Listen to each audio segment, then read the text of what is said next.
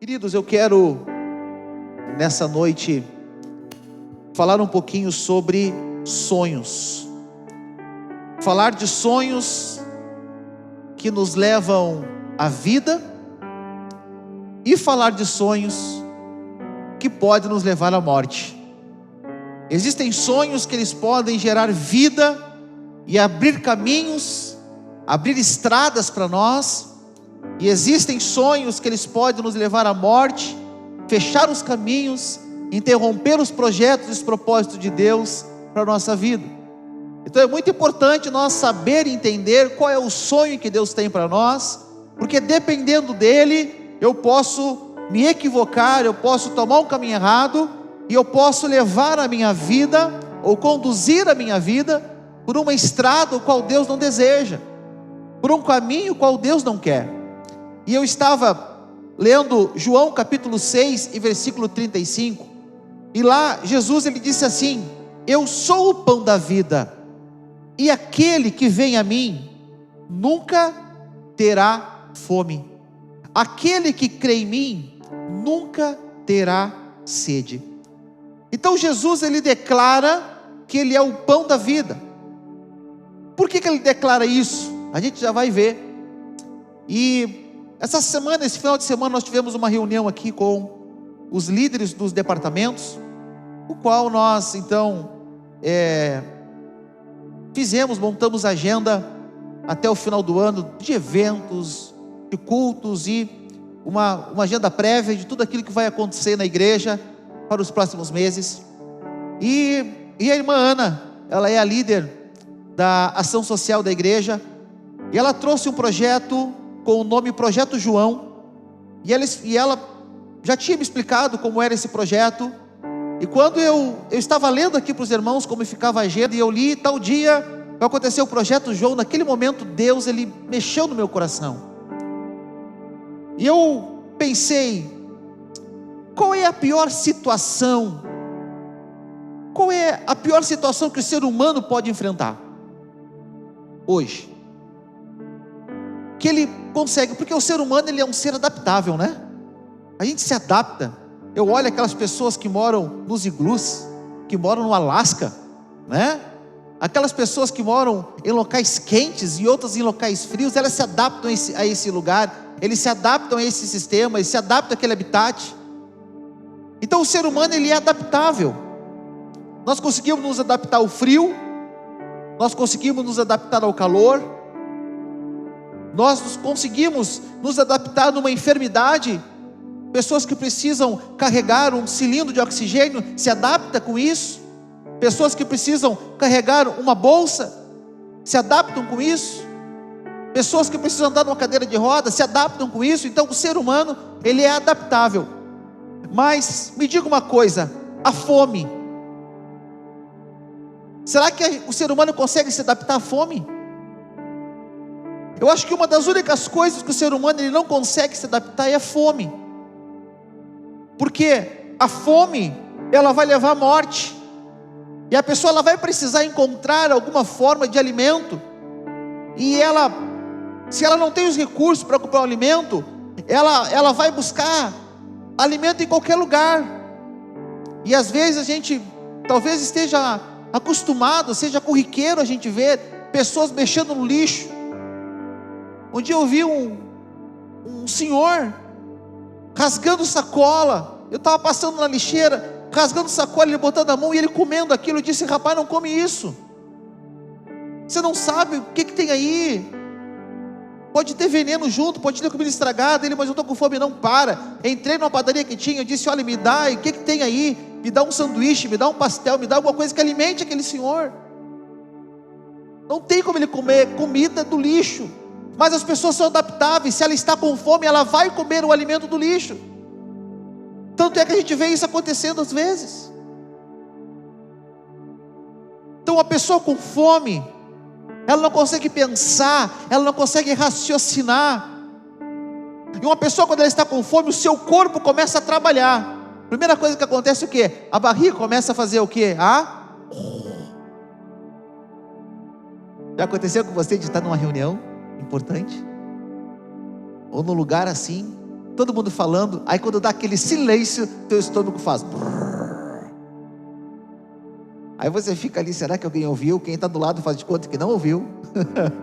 Mas todo mundo viu que a barriga roncou e você está com fome. E se for gordinho que nem eu, aí sim, pega no pé, né? Se é um magrinho não dizem nada, mas se é um gordinho já fazem uma brincadeira, né? Olha o bullying com os gordinhos aí. Mas o estômago, ele está dizendo: ei, estou precisando de alimento. A pessoa não come, ela começa a ficar fraca, o seu corpo começa a perder energia, começa a doer a cabeça, o seu corpo começa a tremer. Ou seja, todos os órgãos do corpo, eles se unem em prol de uma coisa, de alimento. O corpo está tentando de todas as formas dizer: olha, eu preciso de alimento. E todo esse pensamento, irmãos, aconteceu aqui comigo em torno de 30 segundos, isso mais ou menos. E aí quando eu cheguei em casa, o Espírito Santo me levou no Salmo 42. Quando eu chego no Salmo 42, eu leio o texto que diz assim: como a corça anseia pelas águas correntes, a minha alma anseia por ti, ó Deus. A minha alma tem sede de Deus, do Deus vivo. Quando poderei entrar para apresentar-me a Deus? Então a nossa alma, ela tem sede e ela tem fome de Deus. Ela anseia pela presença de Deus. A nossa alma, ela tem a necessidade de se alimentar de Deus. E da mesma forma que acontece com o nosso corpo físico, que ele começa a apresentar sinais quando ele está com fome, a nossa alma também, ela começa a apresentar sinais quando falta alimento para ela. Porque a alma, ela não vai ficar sem alimento, ela vai comer talvez. Se eu não der um alimento bom, ela vai no lixo comer porcarias. A nossa alma precisa se alimentar, da mesma forma que o nosso corpo precisa se alimentar. Então, se eu não entregar um alimento saudável, se eu não entregar para a minha alma uma nutrição boa, ela vai comer as porcarias que existem no lixo, que não prestou para outras pessoas, que não prestou para ninguém, mas ela precisa de alimento. E se eu não alimentar ela, ela vai encontrar uma forma de se alimentar de alguma forma. Por quê? Porque ela precisa de força, de alimento. Jeremias capítulo 31, versículo 25, ele diz assim: porque satisfiz a alma cansada e saciei a alma desfalecida.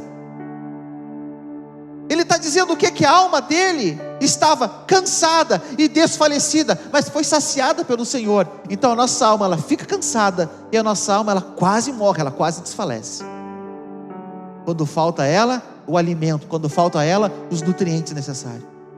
O Salmo 94:19 diz que quando a ansiedade já me dominava no íntimo, o meu consolo trouxe alívio para minha alma. A ansiedade na alma.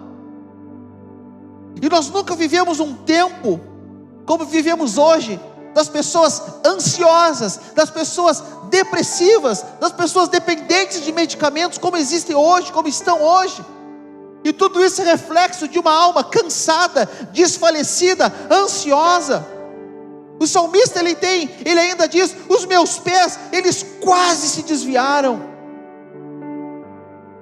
Então, quando não alimentamos a nossa alma, quando não damos o alimento correto para ela, ela vai se cansar, ela vai desfalecer, ela vai ficar ansiosa, e vai chegar momentos que até mesmo ela quase vai se desviar, e isso se ela não se desviar.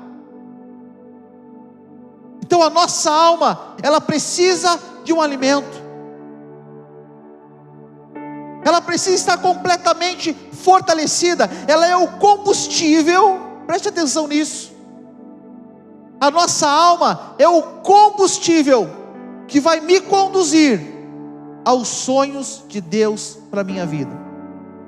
Então eu faço essa introdução, eu falei que eu vou falar sobre sonhos, mas antes de eu falar sobre sonhos, eu preciso falar para você que a sua alma, se ela não estiver resolvida, se ela não estiver bem, você nunca vai conseguir compreender, entender e alcançar os sonhos de Deus para a sua vida, porque ela é o combustível que vai conduzir você a você chegar aos sonhos de Deus para a sua vida. Amém? E quando nós falamos de sonho, qual é o primeiro personagem bíblico que vem na sua cabeça, na sua mente? José, né? Então vamos falar de José, já que vocês falaram de José. Vocês é que deram a dica. José. E José, nós temos algumas traduções. José o sonhador, aquele que sonha, aquele que almeja algo grande. E nós dizemos que ele é o sonhador porque ele teve 2 sonhos na sua vida. Mas José, embora ele tivesse sonhos, e os sonhos que José teve foram dados por Deus, foram visões dadas por Deus na vida de José, foram sinais que Deus deu a José, dizendo: vai acontecer com você isso, vai acontecer dessa forma contigo, eu estou mostrando para você aquilo que vai acontecer lá na frente. Mas eu acredito que José, ele teve algumas dificuldades de conduzir os seus sonhos, ele teve alguns desafios, talvez por ser muito menino ainda, talvez por não ter muito conhecimento, ou talvez porque a sua alma necessitava de alguns ajustes, para que os sonhos de Deus pudessem acontecer na sua vida. E José, ele apresenta os seus sonhos, ele reúne a sua família. E José, ele era um menino adorável, ele tinha 17 anos de idade, e ele já trabalhava no rebanho junto com os seus irmãos, cuidava do rebanho do seu pai, Jacó, juntamente com os seus 11 irmãos. Jacó tinha 12 filhos, então juntamente com os seus 11 irmãos, ele cuidava do rebanho, apenas com 17 anos, o caçulinha, o menino, o guri do Jacó. E esse José, eu não sei se por ele ter sido o mimado, o último, né? E geralmente o último é o mais mimado de todos, né? É aquele que os outros irmãos dizem: eu tenho o meu último irmão, é o Adriel, ele é o mais mimado de todos, né? Ele é o apelido dele é Nenê. Já é casado, um baita do homem, já tenho o sobrinho, lindo, igual o tio dele, mas ele continua sendo Nenê. Geralmente o último, ele é o mais mimado, né? O mais queridinho, é o mais bonitinho. Não sei se é porque os pais são mais velhos. E aqui acontecia a mesma coisa. Jacó, ele tinha um apreço maior por José. E José, eu não sei se ele aproveitava esse momento, se ele aproveitava esse negócio que ficava claro para todos que o pai Jacó gostava mais dele do que seus irmãos. Ele tinha um problema. José falava um pouquinho demais. Ele comentava algumas coisas que não era necessário comentar, para não dizer que ele era fofoqueiro. Mas ele chegava para o pai. Você consegue imaginar? Quem tem irmãos aqui? Quem tem irmãos? Vários. Já teve problema com os irmãos ou não? Sabe aquela coisa que você não quer que ninguém saiba? Aí o irmão chega: eu vou contar. Gente, dá vontade de pegar pelo pescoço, né? Aí começa a vir, né? Se tu fizer a minha lição, o meu trabalho, eu não conto. Mãe, tá, eu faço, guri, fica quieto. Coisas de irmãos. E a Bíblia fala que José chegava para o seu pai e começava a dizer: pai, o mano fez tal coisa. Começava a dedar os irmãos, e os irmãos começaram a ficar com raiva dele. Pai, sabia que Benjamin hoje não trabalhou? Passou a tarde inteira deitado embaixo da árvore. Vem cá, Benjamin, tu não trabalhou, guri? Ele levava uma bronca de Jacó. Eu não sei se José fazia isso por gosto, pela meninice que ele tinha, por ser jovem, por ser guri. porque guri faz coisa de guri, não adianta. Quem de nós homens nunca fez coisa de guri, quando nós éramos guri? E tem homens que continuam fazendo coisa de guri sendo homem. Mas quando nós éramos guri, nós jogava ovo, né? Fazia armadilha. Quantas coisas a gente fez de guri? José, a mesma coisa. Talvez ele passou por momentos que os seus irmãos mais velhos diziam: para, guri. Mas ele chegava lá, ele queria chamar a atenção do pai, e ele fofocava, ele falava, ele trazia informações, e a Bíblia diz que os seus irmãos começaram a ficar com raiva dele por causa disso. Então o relacionamento dele com os irmãos já não era muito bom. Aí Jacó, o que ele faz? Jacó vai lá e faz uma túnica longa, linda, e dá para ele. Ninguém mais tinha túnica, só ele. Se os irmãos já tinham ciúme dele, agora ainda mais. Se os irmãos já olhavam para ele de uma forma meio estranha, agora eles começam a olhar mais ainda. Olha, realmente o pai gosta mais dele do que de nós. E eu não sei o que José fazia, eu não sei, irmãos, a Bíblia não relata isso, mas eu acho que imagino, né? José lá com a túnica, cheguei, fazia questão de mostrar a túnica para os irmãos. Olha aqui que o pai me deu, ó. Está lá no campo, passa um amigo, vizinho, pô, que túnica legal, o pai deu para mim, sou o único que ganhei, ninguém mais. Então eu não sei se o coração de José era assim, mas alguma anomalia havia no coração de José, porque os seus irmãos começaram a odiar, e a Bíblia diz que começou a tratar ele com ódio. Agora saiu daquele ambiente simplesmente de coisa de irmão, de mano, aquela rixa, mas agora começou a virar ódio. E aí quando a coisa já não está muito boa, abre tua Bíblia em Gênesis capítulo 35. As coisas já não estavam muito legal. Aí José, ele diz o quê? Tive um sonho. Chama os 11 irmãos dele e diz assim: olha, manos, eu sonhei hoje, tive um sonho. Talvez na hora da janta, que estava todo mundo reunido, e ele diz assim, 35, Gênesis capítulo 35, versículo 5.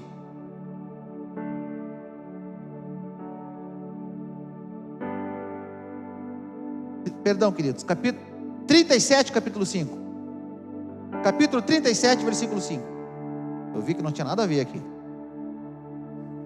Certa vez José teve um sonho, e quando contou a seus irmãos, eles passaram a odiá-lo ainda mais. Ouça o sonho que tive, disse-lhe. Estávamos amarrando os feixes de trigo no campo, quando o meu feixe se levantou e ficou em pé, e os seus feixes se ajuntaram ao redor do meu, e se curvaram diante dele. Seus irmãos lhe disseram: então você vai reinar sobre nós? Quer dizer que você vai nos governar?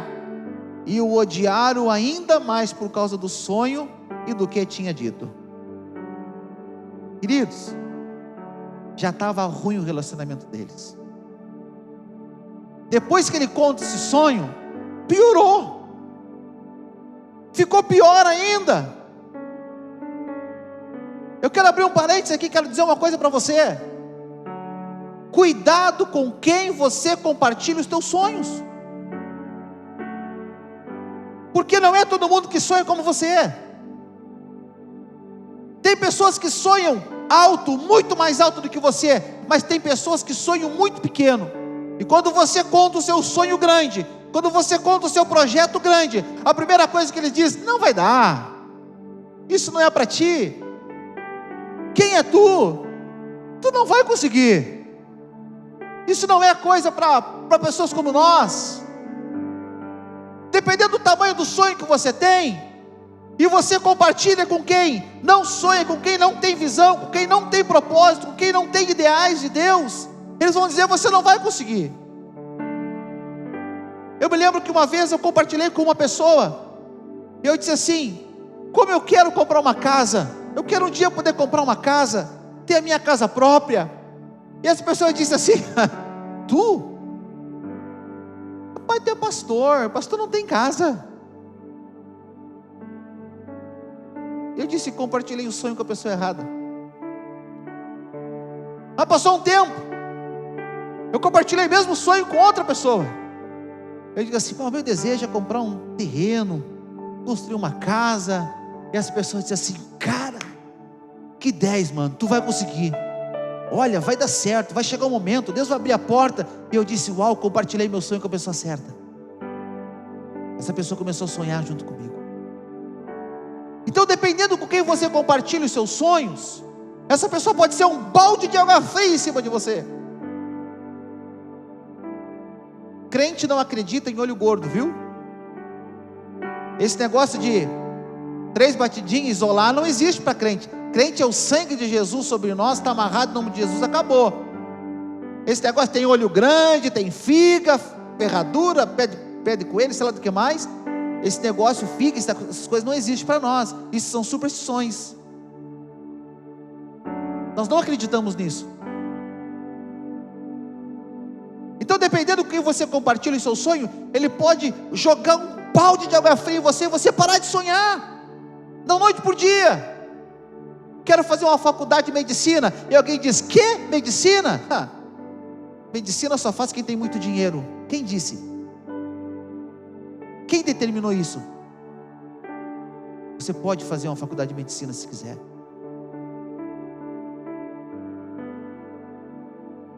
Que? Faculdade de fono? Tu, Rafa? Rapaz, Rafa, tu não tem condição. Está aí nossa fonoaudióloga. Quase. Está ali, está na porta. Já tem cartãozinho, não? Não, depois. Temos que combinar o porcentagem primeiro aqui. Pode, é possível. Uma vez disseram para mim: cara, tu nunca vai ser um pastor. Tu não é um pastor. E eu acreditei na palavra daquela pessoa. Me frustrei, me decepcionei, me magoei. Quando eu ouvi aquela palavra, eu disse assim: realmente, eu não presto, eu não sou mesmo, eu não tenho essa qualificação. Irmão, hoje eu sou um pastor. Porque ao mesmo tempo que eu compartilhei com alguém que derrotou os meus sonhos, eu compartilhei com pessoas que sonharam junto comigo. Então, cuidado com quem você compartilha os teus sonhos. Aí, compartilhou os sonhos com os irmãos dele, está tudo mais ou menos. No outro dia, na hora da janta, ele chega: ô pessoal, eu tenho um anúncio para fazer. Sabe quando o cara pega ali a taça e ele: atenção, eu tenho um anúncio para fazer. Fala, José. Sonhei de novo. José, o que foi? Agora é o seguinte: agora o sol se curvava diante de mim, a lua se curvava diante de mim, e 11 estrelas. Ele tinha quantos irmãos? 11. Aí Jacó saltou: vem cá, peraí, está querendo dizer que eu e a tua mãe e os teus irmãos vão se curvar diante de ti? É isso? Está lá no versículo 9 do capítulo 37.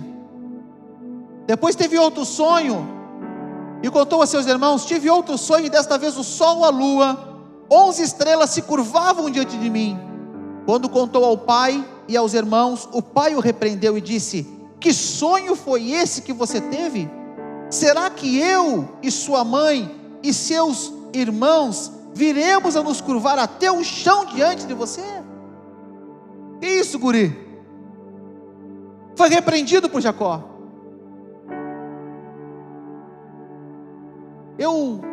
Sinceramente, eu não sei qual era a intenção de Jacó.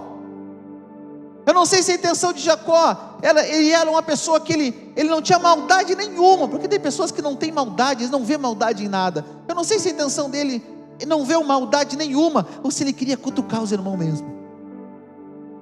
Mas o que eu sei é que os irmãos tinham ódio dele.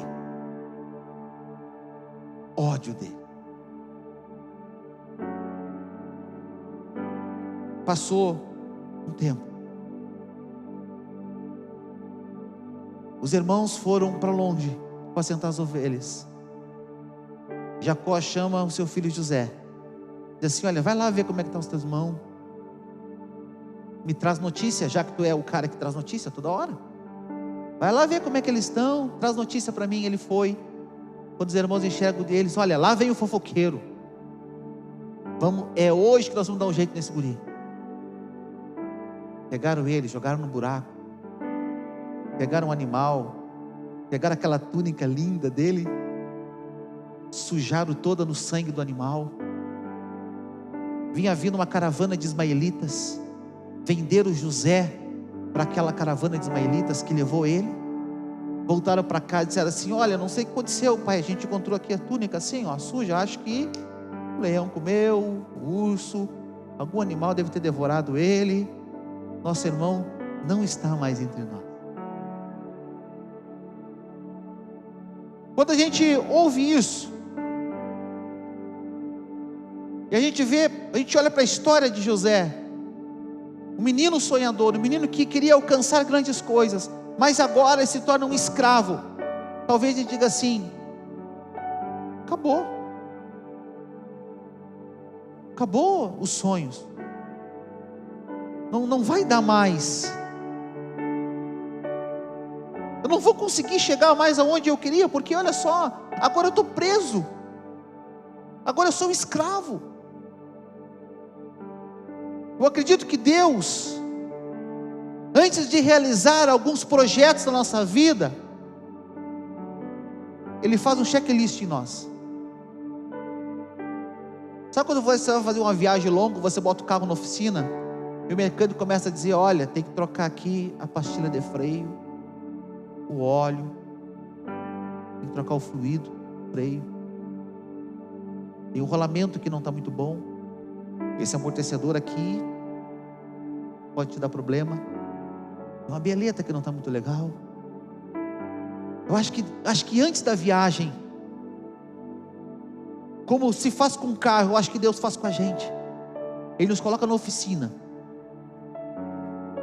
Ele começa de alto a baixo, começa a dizer: cara, eu vou ter que dar umas reguladas, porque se eu botar esse cara na estrada, se eu der esse sonho agora na mão dele, ele vai se arrebentar na primeira curva que tiver. Então eu acho que Deus pega José e Ele diz assim: olha, eu vou precisar tratar algumas anomalias na alma de José, na vida de José, porque eu tenho um propósito muito grande para ele, eu tenho um sonho, eu já mostrei para ele, só que para isso acontecer, nós vamos ter que resolver algumas coisas aqui dentro da alma dele. Eu acredito fielmente, pelo conhecimento que eu tenho dessa palavra, eu acredito que Deus Ele faz isso conosco. Ele acha jeitos e formas de trabalhar coisas na nossa vida para que a gente não se arrebente. Aí vai lá José é vendido para um homem chamado Potifar no Egito. Passa um tempinho. José era um homem bom, era um homem de Deus. José era um menino de Deus, tinha algumas anomalias, mas ele era um cara bom, ele tinha a presença de Deus, que a Bíblia fala que Potifar começou a ver isso em José, e José começou a trabalhar em Potifar, e Gênesis 39 fala que Potifar prosperou por causa de José, e aí José se tornou o chefe da casa, comandava tudo, cuidava de tudo, arrumava tudo, e Potifar, ele se tornou muito rico, ele prosperou por causa da presença de José lá, porque José era um homem de Deus. Aonde tem um homem de Deus, escute, você que é empresário, você que está ouvindo ou vai ouvir, coloca crentes lá na tua empresa para trabalhar, porque onde tiver o pé de um crente, onde um crente colocar o pé dele, a presença de Deus está junto. E se a presença de Deus estiver junto, uma pessoa numa empresa faz a diferença toda. Faz ou não faz, Douglas? Uma pessoa. Eu já contei aqui para você o exemplo daquela empresa calçadista lá em Novo Hamburgo, ia fechar, não fechou por causa de um crente. Um crente faz a diferença numa empresa toda. Então tinha um crente trabalhando na casa de Potifar, e eu não sei como que José ele se tornou lá dentro, mas imagina, José agora estava dando ordem para todos os empregados, para todos os caras, para todo mundo. Ele só não dava ordem para Potifar e para a mulher dele.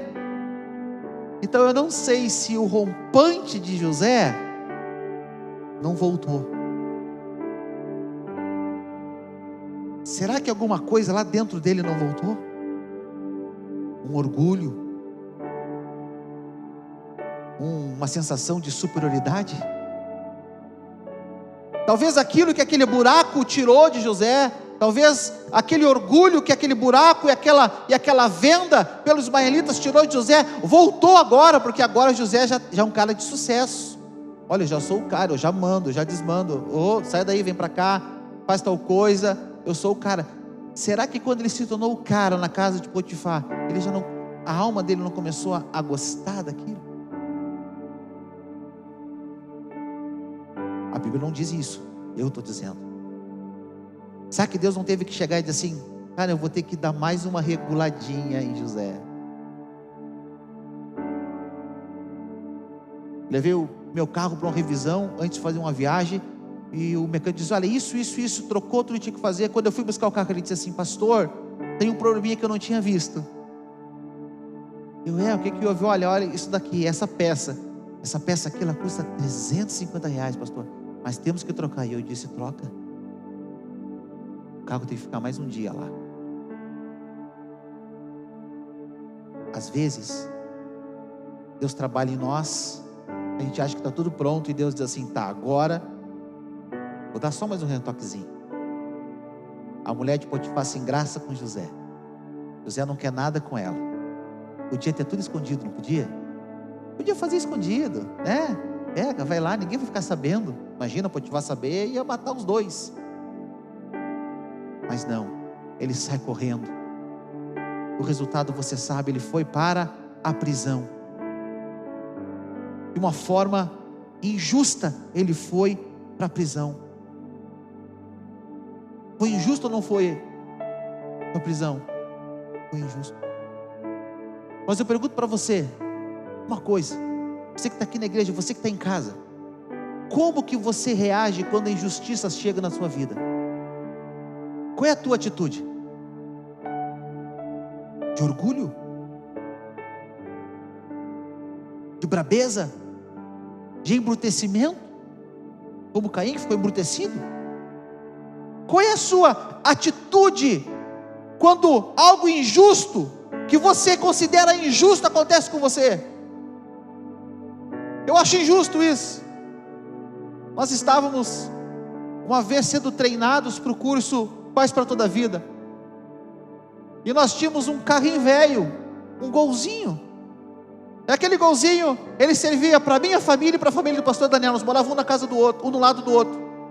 Então aquele carro era para nós os dois, nós dividíamos o carro. E às vezes nós decidíamos sair todo mundo junto, dentro daquele carro. Irmão, cabia. Era uma loucura, mas cabia. Nós morávamos num apartamento quente, muito calor, muito quente, um forno. E aí nós tínhamos que ver uma lição do líder de treinamento. Aí a gente decidiu ir para o Parcão. O Parcão é um lugar como a Gare aqui, mais ou menos. Pegamos nossas cadeirinhas, fomos para o Parcão, estava lá nós 4 sentados, as crianças brincando, o Nicolas era pequenininho, a Dani pequenininha, o Guilherme, eles brincando na pracinha,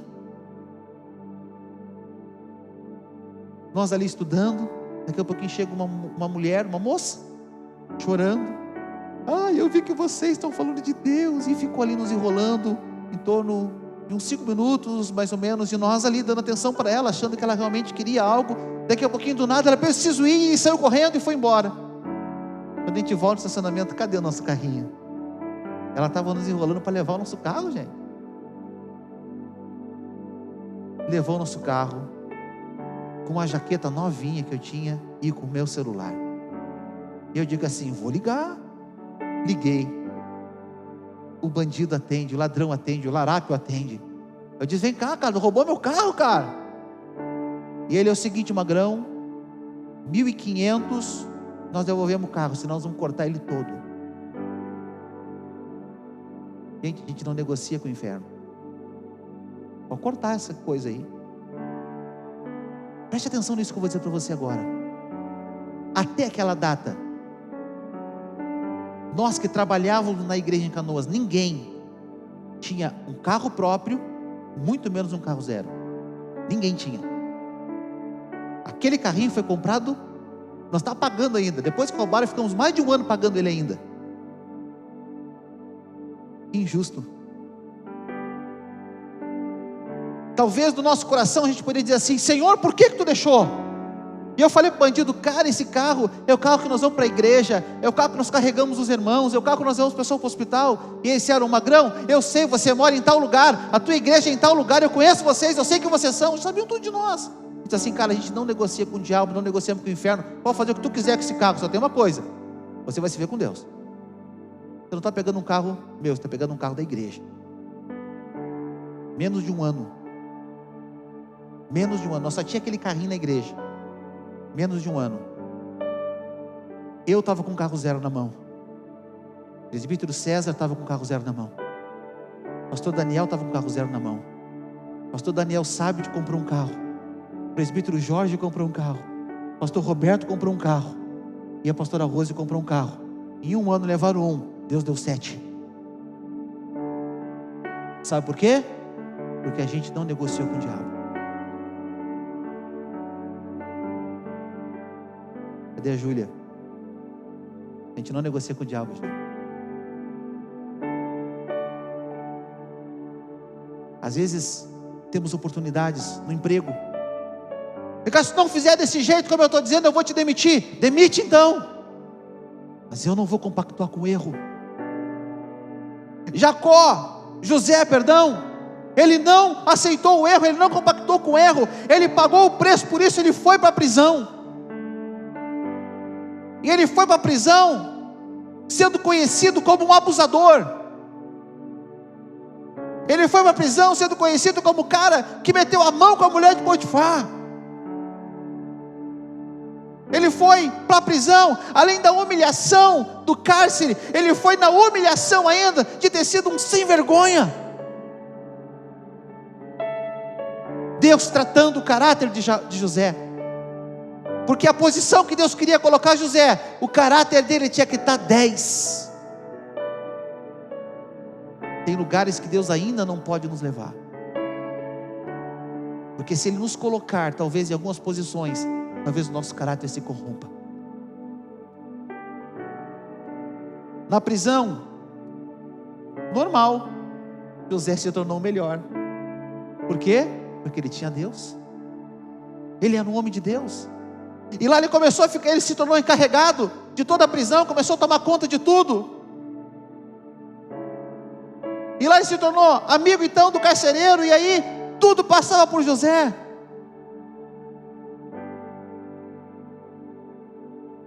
E agora talvez José não tinha mais aquela expectativa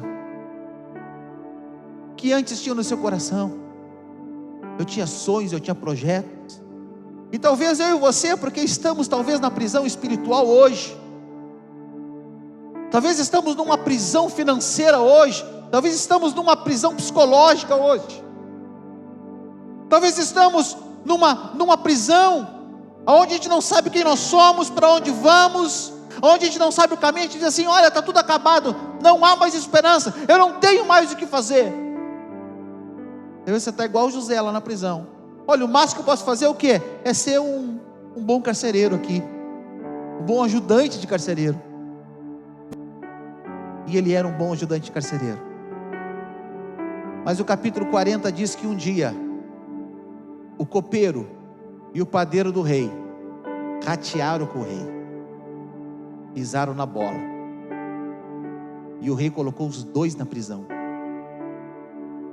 E eles estavam lá na prisão, o copeiro e o padeiro do rei. E quando eles estão na prisão, quem é que está cuidando deles? José. José ia lá, conversava, ia lá, levava alimento, perguntava como é que estava. Um dia José chega lá e diz assim, olha para eles estão meio cabisbaixo, e José pergunta: vem cá pessoal, o que está acontecendo? Vamos animar aí, vamos lá. José era esse cara, gente, na prisão, mas ele estava incentivando os outros.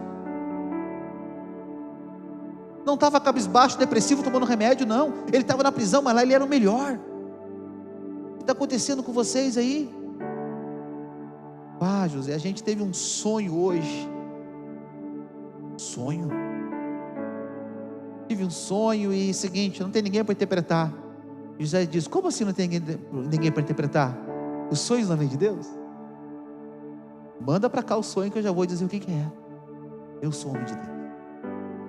Lá na prisão, lá no cárcere, talvez no lugar onde nenhum de nós gostaríamos de estar, Deus pode nos usar para levantar pessoas. Deus pode nos usar para falar do amor dele para pessoas. Em nenhum lugar que a gente esteja é um lugar impróprio para falar de Deus. Não importa onde você está, não importa onde você passe, não importa quem esteja no seu lado, todo lugar é propício para se falar do amor de Deus. E esse homem conta então, versículo 9, capítulo 40, versículo 9, ele conta o sonho. Ele diz: então o chefe dos copeiros contou o seu sonho a José. Em meu sonho eu vi diante de mim uma videira com 3 ramos, ela brotou, floresceu, deu uvas que amadureceram em cachos. A taça do faraó estava na minha mão, peguei as uvas e as espremi na taça de faraó e entreguei em sua mão.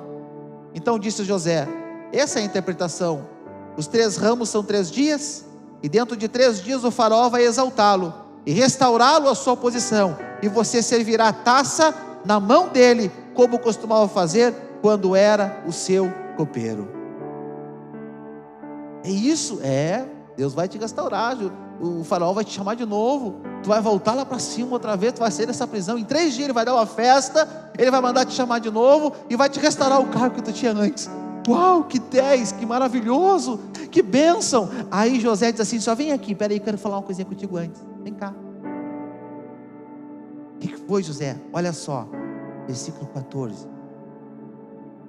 Quando tu estiver indo bem com você, quando tudo estiver indo bem com você, lembra-se de mim, seja bondoso comigo, fale de mim ao faraó e tire-me dessa prisão, pois eu fui trazido à força da terra dos hebreus, e também aqui eu nada fiz para ser jogado nesse calabouço. Talvez já estava tudo certo para José sair dali, e José dá uma pisada na bola de novo. José coloca a sua esperança e a sua expectativa nas mãos do homem. Quando tu sair daqui, te lembra de mim, cara, intercede por mim, dá uma força lá, fala para o faraó de mim, eu estou aqui injustamente. José, mesmo conhecendo a Deus, ele estava agora acreditando a sua saída da prisão a um copeiro. E Deus, nesse momento, acredito que Deus olha de lá e diz assim: vamos ter que ficar mais uns 2, 3 meses aí. Ia sair amanhã, mas tem mais umas coisinhas para acertar. E amanhã que ele ia sair, mas aí, depois de sair, vamos dar uma recapitulada em algumas coisinhas. Quanto nós confiamos nos homens e nós não dependemos totalmente de Deus. Quando nós colocamos a nossa confiança nos homens e nós tiramos a nossa confiança de Deus, Deus não tem o que fazer por nós. Deus não tem como realizar algo em nós. Sabe por quê? Porque Deus quer deixar claro para mim e para você que Ele não necessita de nenhum argumento humano para fazer algo grande na nossa vida. Ele não precisa de uma mãozinha nossa. Irmão, Deus não precisa de uma mãozinha sua para realizar coisas na sua vida, para realizar os sonhos na tua vida, para tirar você da situação onde você está. Eu vou dar uma mãozinha para Deus, eu vou falar lá com fulano, eu vou falar lá com ciclano. Para! Talvez esse teu fala só está atrasando o propósito de Deus. Talvez você ia sair amanhã, mas por causa disso que você falou, vai ter que ficar mais um tempo. Deus não precisa de mãozinha nossa. Ele é Deus, Ele é alfa, Ele é ômega, Ele é princípio, Ele é o fim, Ele é conhecedor de todas as coisas. Ele não se atrasa, nunca. Ele não precisa de uma mãozinha humana, porque Ele é Deus, e Ele quer deixar claro para você, que é Ele que está fazendo. Deus Ele faz, mas Ele não deixa nenhuma sombra de dúvida, que tenha alguma coisa a ver com você. tem tudo a ver com Ele. Ele quer deixar claro para você que você não conseguiu fazer nada. Então Ele deixa você se cansar, Ele deixa você tentar de tudo que é jeito, pedir dinheiro para todo mundo, se endividar com todos, você lutar de tudo que é forma. Depois que você gastou tudo que você tinha, todas as cartas que estavam debaixo da sua manga, aí Deus diz assim: agora eu vou poder fazer, agora tu vai deixar eu fazer. Estava tentando, tu não deixava, agora eu vou começar a fazer algo na tua vida. O que Deus quer fazer na sua vida que você está impedindo? O que Deus Ele deseja fazer que Ele ainda não conseguiu fazer? O padeiro ouviu aquilo. Opa, espera lá, José, eu também sonhei, tive um sonho. Conta aqui o sonho. Vamos ali ler o sonho dele. Versículo 16.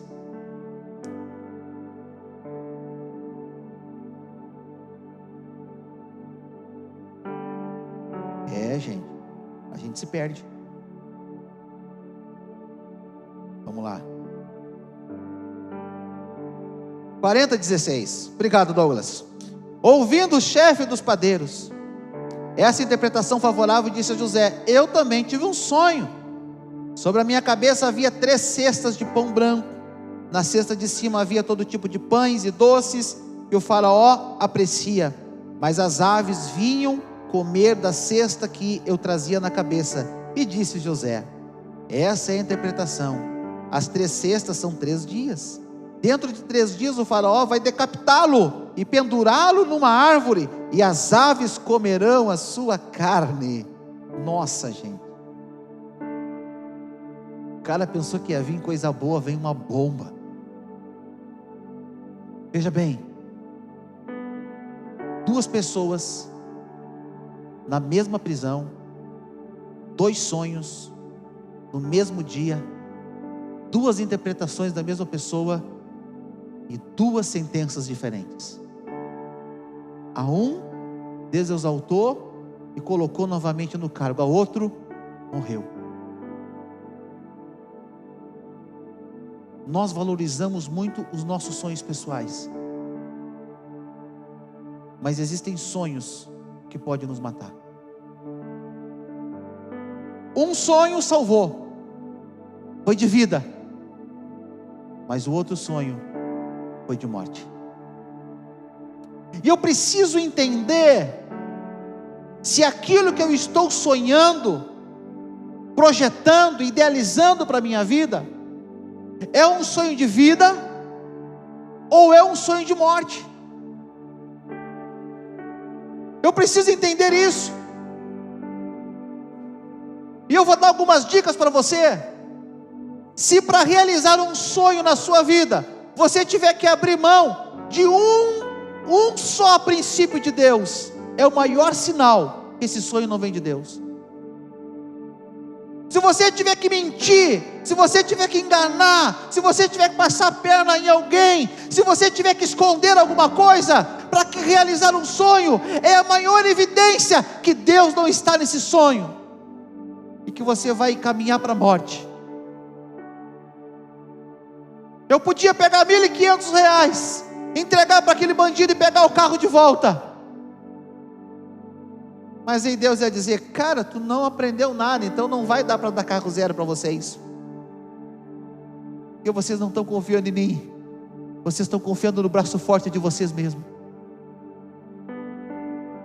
É difícil confiar em Deus, irmão. Quem está dizendo isso para vocês é um pastor. Mas nunca na história da minha vida, eu tenho 41 anos, não é tanta história assim, mas em 41 anos, nunca Deus falhou comigo. Nunca Ele me deixou mal, nunca Ele me deixou na mão. Às vezes eu paro na minha mesa, aquela pilha de boleto para pagar, e eu digo assim: Senhor, Tu nunca me deixou mal. Ele sempre dá um jeito, irmão. Eu me lembro que uma vez eu estava com 3 prestações de um carro, um outro carro que eu tinha, 3 prestações atrasadas. E o carro ia entrar em busca e apreensão. Eu disse: que vergonha. O carro de um pastor entrar em busca e apreensão, que vergonha isso. O que essa gente lá do crediário vai dizer? O que esse pessoal da financeira vai dizer? Aí, mais um ladrão. E eu me lembro que eu peguei aquele livro, né? Porque carnê de carro é um livro, né? Peguei aquele livro, botei assim na mesa e disse assim: Senhor, eu preciso pagar essas parcelas aí. Esse carro é o carro que eu uso para a igreja, esse carro que eu uso para a minha família, esse carro é o que a gente sai para fazer alguma coisa, visitar irmãos, ir para a igreja, voltar. E como é que eu vou ficar sem carro? Como é que eu vou para a igreja? E comecei a dizer essas coisas para o Senhor, e disse assim: Senhor, eu não tenho o que fazer. E outra coisa, eu não vou pedir dinheiro para ninguém. Eu podia pedir dinheiro emprestado, eu sei quem tinha para me emprestar, mas disse: Senhor, eu não vou negociar com o inferno. A Bíblia fala que Tu és o dono do ouro e da prata, tudo que eu preciso vem das Tuas mãos. Eu falei isso à noite para Deus, sentado no meu escritório. Quando foi de manhã, batem na minha porta, um irmão, os olhos cheios de lágrima, entra e diz assim: eu preciso saber de uma coisa. E eu falo: meu irmão, tens alguma parcela do carro atrasada? Eu olhei para ele, eu disse: por quê?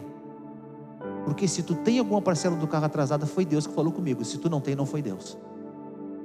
Eu disse: tenho 3.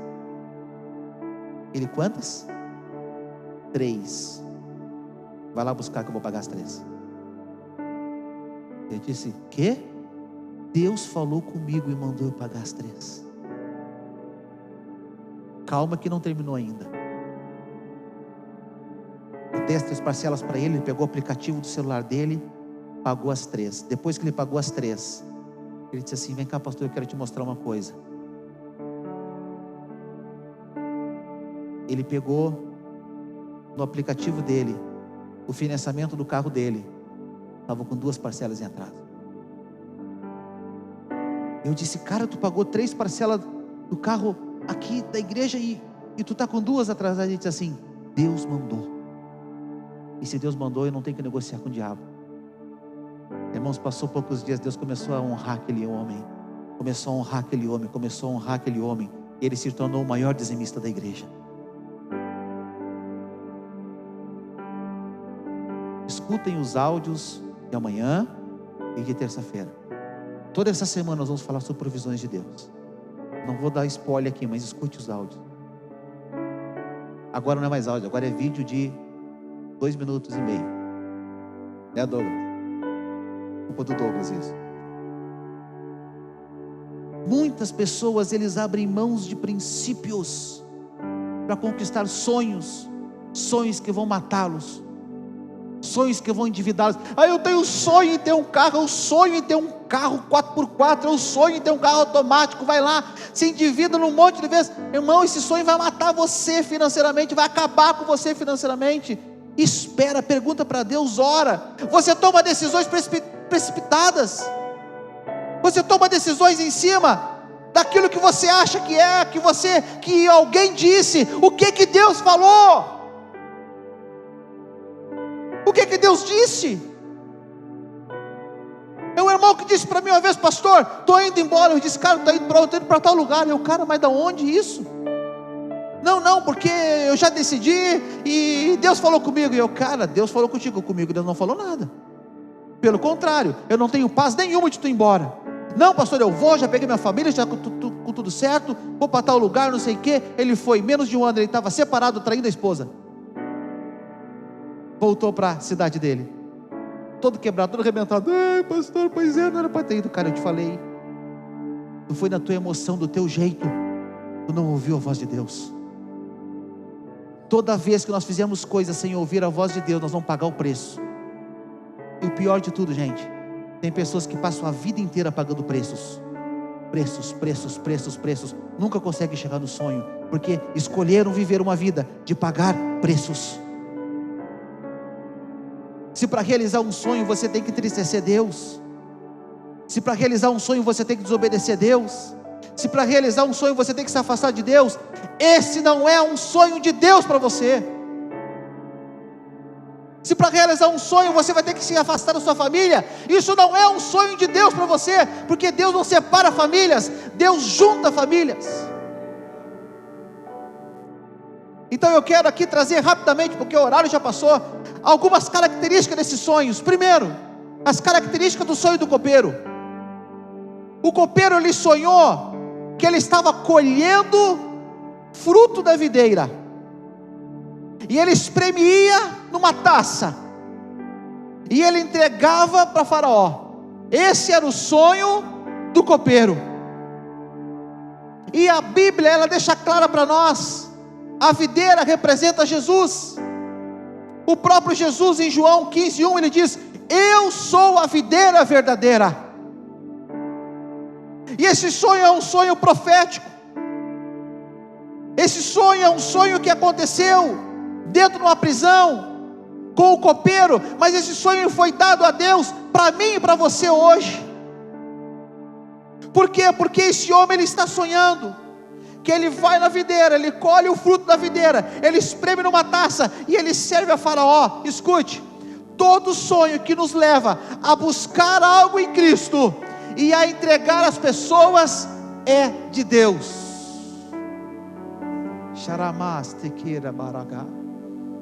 Todo sonho que você busca algo em Cristo, e entrega, porque nós somos chamados para servir, nós não fomos chamados para ser servido. A Bíblia fala que o Filho do Homem veio, não para ser servido, mas para servir.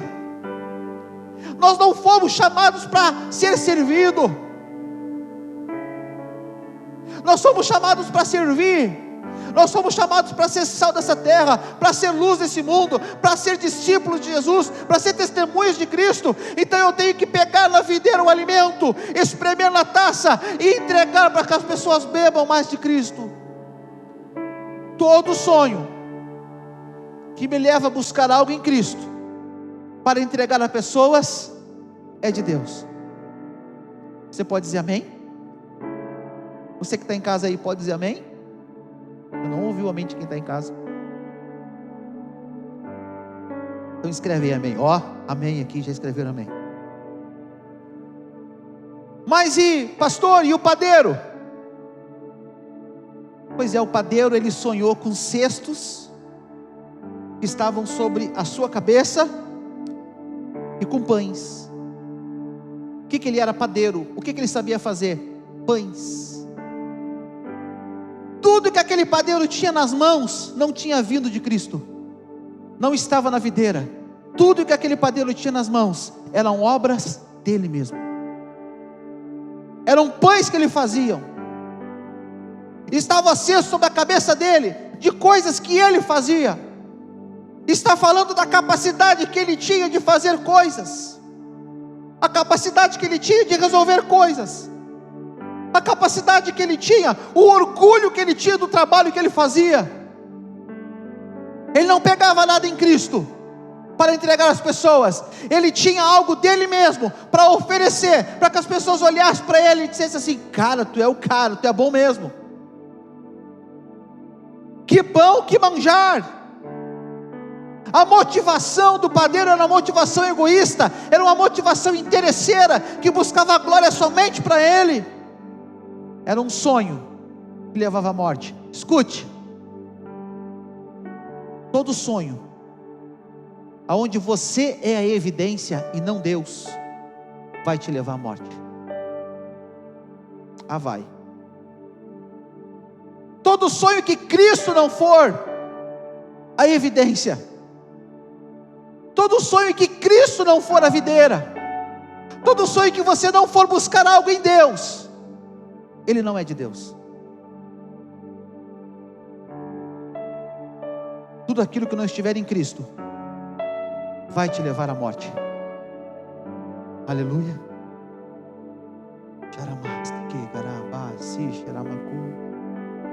Tudo aquilo que não estiver em Cristo vai te levar para a morte. Tudo aquilo que não estiver em Cristo vai te levar à morte. Quando Jesus fala: eu sou a videira verdadeira, Ele continua dizendo, no versículo 4 de João 15, ele diz: permaneçam em mim, e eu permanecerei em vocês. Nenhum ramo pode dar fruto por si mesmo, se não permanecer na videira. Ele está dizendo: cara, vocês não têm nada de vocês mesmos, sou eu que tenho algo para vocês. Nenhum ramo pode dar fruto por si mesmo, se não permanecer na videira. Vocês também não podem dar frutos, se não permanecerem em mim. Eu sou a videira, vocês são os ramos. Se alguém permanecer em mim e eu nele, este dá muito fruto, pois sem mim vocês nada podem fazer. Se alguém não permanece em mim, será como o ramo que é jogado fora e seca. Tais ramos são apanhados e lançados ao fogo e queimados. Se vocês permanecerem em mim, e as minhas palavras permanecerem em vocês, pedirão o que quiserem, e lhes será concedido. Ei, gente, vamos ser racional um pouquinho, vamos ser inteligente aqui, vamos interpretar esse texto. Aula de português, vamos lá. Se vocês permanecerem em mim, e as minhas palavras em vocês, pedirão o que quiserem. Sonho. Se você permanecer no Senhor, os sonhos do teu coração podem ser realizados. É nele, é só nele. Você entendeu? Pegou? Repite. Não deixa passar. Eu entendo o Espírito Santo dessa forma. É como um vento, ele vem, passa. Se você agarrou, você pegou a bênção. Se não agarrou, você perdeu. Vou dar um spoiler aqui. Se você permanecer em mim e as minhas palavras permanecerem em você, os teus sonhos, se você colocar diante de Deus, aquilo que você pedir vai te ser concedido. Eu quero terminar deixando 2 versículos para a sua meditação. Primeiro, Provérbios 16:3, que diz assim: consagre ao Senhor tudo que você faz, e os seus planos serão então bem-sucedidos. Consagra ao Senhor tudo. Pastor, no meu trabalho, consagra o teu trabalho ao Senhor. Entra no teu carro e diz assim: Senhor, assim eu quero consagrar meu tempo a Ti. Eu vou atender o cliente, Senhor, eu quero atender esse cliente, mas eu quero que Tu esteja comigo. Consagra ao Senhor tudo o que você faz, e os seus planos serão bem-sucedidos. Não faça nada sem o Senhor. Não dê mais um passo sem o Senhor. Não levanta dessa cadeira aqui na igreja, do seu sofá na sua casa, sem o Senhor. Primeiro conselho. Segundo e último conselho, Provérbios 19:21. O pessoal do louvor já pode ir vindo. Muitos são os planos no coração do homem. Muitos são planos, muitos são os planos do coração do homem, mas o que prevalece é o propósito do Senhor. Amém? Muitos são os nossos planos, mas só vai prevalecer os propósitos do Senhor na nossa vida. E agora eu quero encerrar orando por você, mas eu quero fazer uma pergunta antes. Os teus sonhos são sonhos de vida ou são sonhos de morte? Os teus sonhos, os teus ideais, as tuas buscas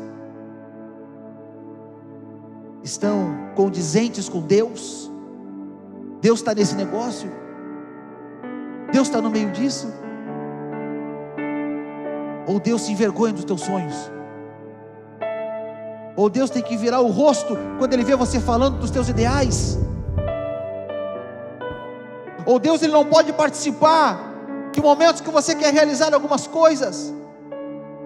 Aonde os teus sonhos vão te levar? Para o lado do rei ou para a morte? Eu tenho certeza que todos nós temos sonhos. Eu tenho sonhos, e eu tenho uns irmãos que é bem grande,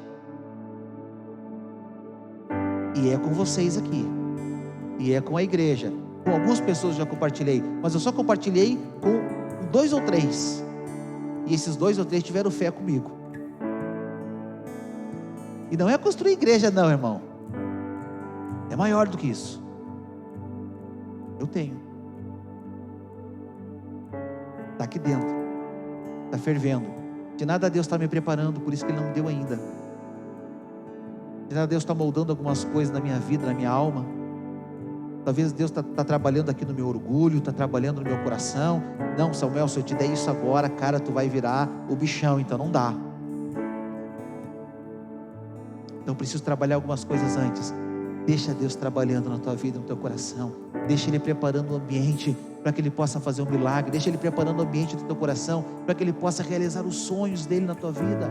Você não está aqui por acaso, você não é uma ameba, você não é um acidente. Você não é fruto de uma explosão, de um Big Bang. Você é filho de Deus. Há um projeto de Deus para a sua vida. Há um propósito de Deus para a sua vida. Você não está aqui porque não tinha outro lugar para estar. Você está aqui porque Deus chamou você, escolheu você. E Ele tem propósitos para realizar na sua vida. E Ele quer fazer isso com você. Aleluia. Vamos se colocar em pé, vamos orar. Fecha teus olhos. Você que está nessa casa aí, fecha teus olhos também. Aleluia. Pegue na videira nessa noite. Faça assim comigo, pela fé. Vamos fazer um gesto de fé aqui agora. Pega na videira. A videira é Jesus. Traga até a taça.